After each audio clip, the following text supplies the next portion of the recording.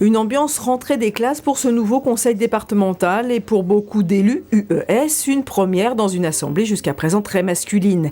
Elles sont 21 à siéger, une parité rendue obligatoire par la loi, alors qu'en pensent les nouvelles élues.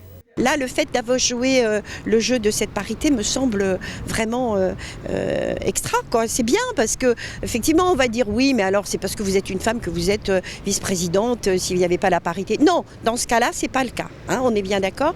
Donc j'espère que c'est parce qu'on considère qu'on a quelques compétences et quelques possibilités. On est aussi bon que les hommes, la preuve en est. Christine Boutin est la doyenne de l'Assemblée. Elle a aussi tenu à rappeler qu'elle était la conseillère départementale au mandat le plus long. De Paul Loutenaillon à Pierre Bédier, elle a connu le changement dans l'hémicycle.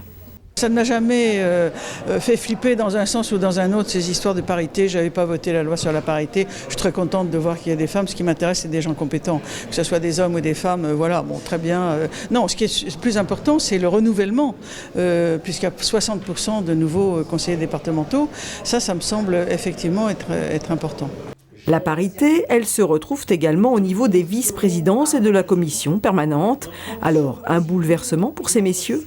Nous avons choisi d'être dans la loi et dans l'esprit de la loi et donc de faire qu'il y ait un partage tout à fait égal, à l'exception de la présidence, mais j'essaierai d'avoir ma part de féminité.